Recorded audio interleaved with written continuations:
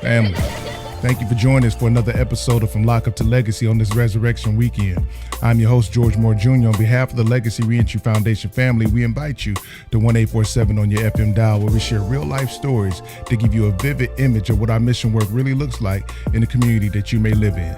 Now, without any further ado, take a walk with me as I share a few thoughts on being risen from prison. Almost every day we experience death at our downtown location in Waukegan, not the kind of death that you see on the 5 o'clock news, and somewhat different than anything you might experience as you drive past the yellow tape from a recent murder in our community. Every day we see dead men and women walking into our location. Now, before you dismiss this as symbolism or a story that somehow leads to a punchline, this is our everyday life.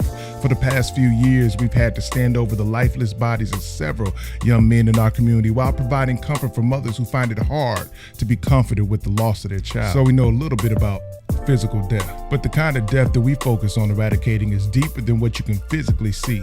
This kind of death comes from a person living with mental illness, a family broken by poverty and joblessness, youth who have no exposure to mentorship, and a lack of resources from being miseducated and misdiagnosed. This is the kind of death that you cannot see, the kind of death that we see every day. So when you hear Mission Isaiah 42:7, this is the kind of imprisonment that we are dedicated to freeing people from. So Easter at Legacy Reentry Foundation is more so about raising people from the dead as opposed to bunnies and Easter eggs. The fact that history records more than one person coming out of the tomb when Jesus broke the chains of death and rose again, maybe we should focus on not just what he did, but what happened after he did it. People rose up. We should also mention your resurrection when we talk about Resurrection Day.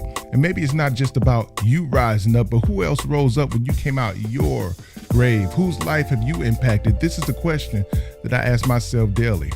Now that I'm risen, who else has come out of their personal grave? Just something to think about when we celebrate this season of rising up. Who else is rising up with us?